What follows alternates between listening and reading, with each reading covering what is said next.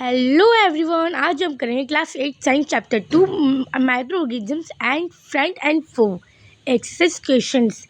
अगर आप लोगों ने चैप्टर 2 मेरी पूरी वीडियो देख रखी तो आपको समझ में आएगी सारे क्वेश्चन आंसर्स, वरना आपको कुछ समझ में आने वाला है नहीं।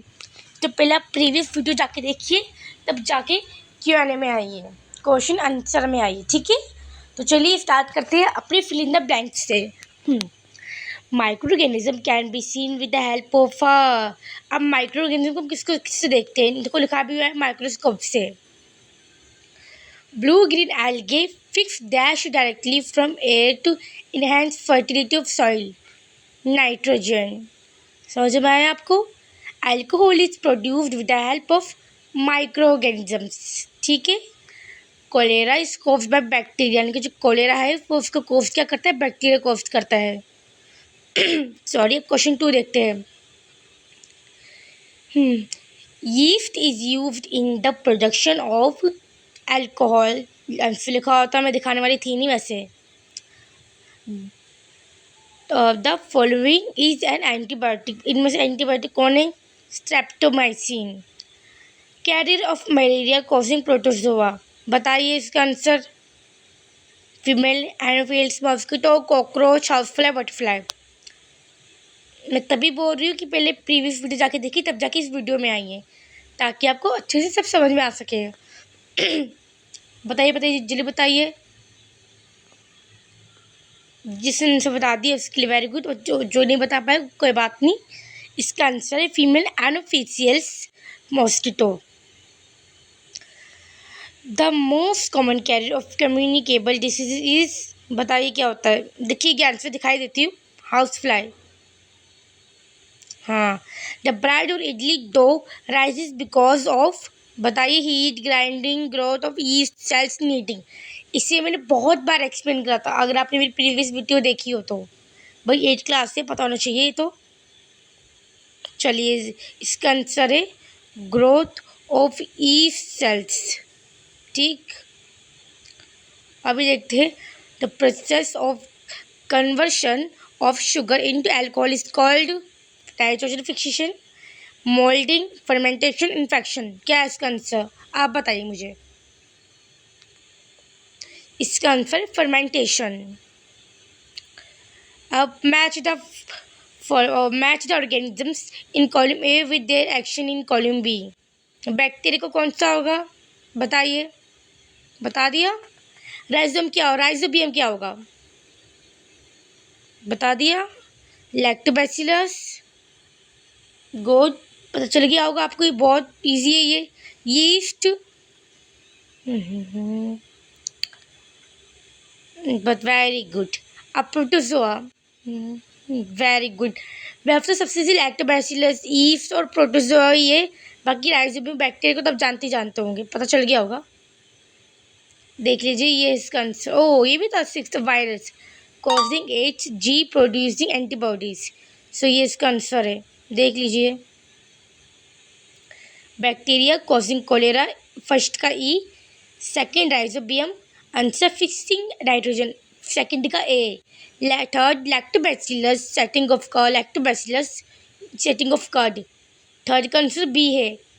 Fourth yeast baking of bread, yeast. फिर फोर्थ का है सी, सॉरी। फिफ्थ का क्या है, आप प्रोटोजोआन कॉजिंग मलेरिया, डी।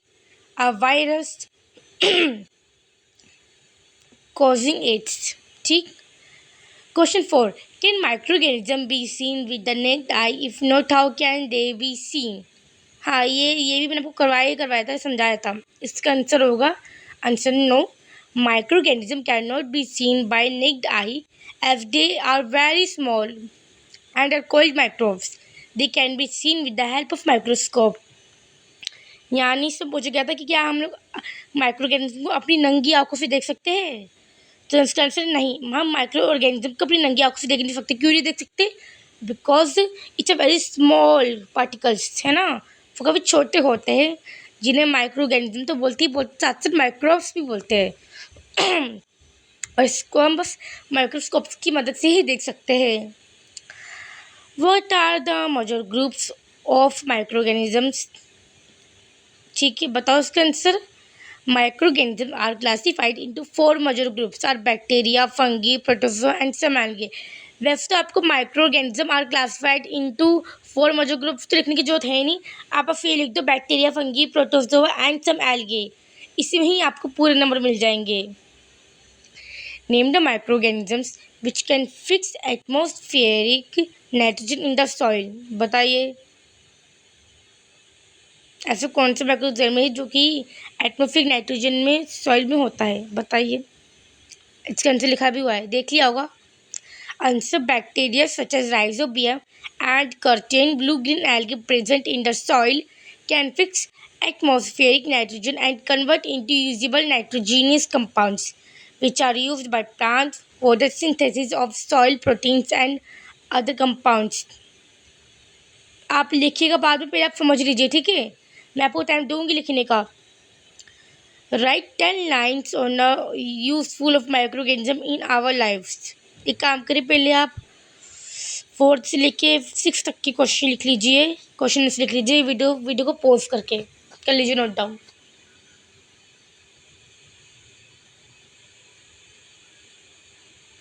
कर लिया आपने नोट डाउन, ठीक है। आप बढ़ते हैं क्वेश्चन 7 की तरफ। Write 10 lines on the useful of microorganism in our lifes. 10 आपको 10 यूज लिख रहे हैं माइक्रोऑर्गेनिजम्स के। 1 मिनट। हाँ, तो कहा थे हम क्वेश्चन 7 में कि हमें 10 लाइन्स लिखनी है useful of microorganism in our life. तो ठीक है। Microorganisms are too small to be seen to naked eyes, to be not seen लिखना। हाउएवर दे आर विचल no to plants and sorry अगर आपको थोड़ा डिस्टर्ब हो गया हो तो देखिए ये इसके यूज है।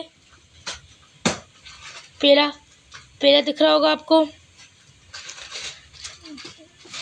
they are used in wine making, pickling and other food making process. Second, alcohol fermentation by yeast is widely used in the preparation of wine and bread. Third, a bacterium lactobacillus promotes the formation of curd. Microbes are used to reduce pollution. They are used to increase soil fertility by fixing atmospheric nitrogen. Microbes are also useful in preparing many medicines and antibiotics. Certain microbes are also used in the biological treatment of sewage. अब ये right a short paragraph on the harms caused by microorganism. ठीक है, पहले आप ये लिख लीजिए। एक काम करिए, पहले आप क्वेश्चन ही लिख लीजिए, आंसर लिख लीजिए, फिर मैं आपको बताऊंगी इसके आंसर। कर लीजिए नोट डाउन, टाइम दे दिया मैंने आपको।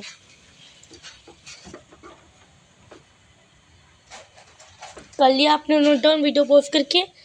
तो क्वेश्चन 9 से बढ़ते हैं। What are antibiotics. एंटीबायोटिक क्या है? What precaution must be taken while taking antibiotics.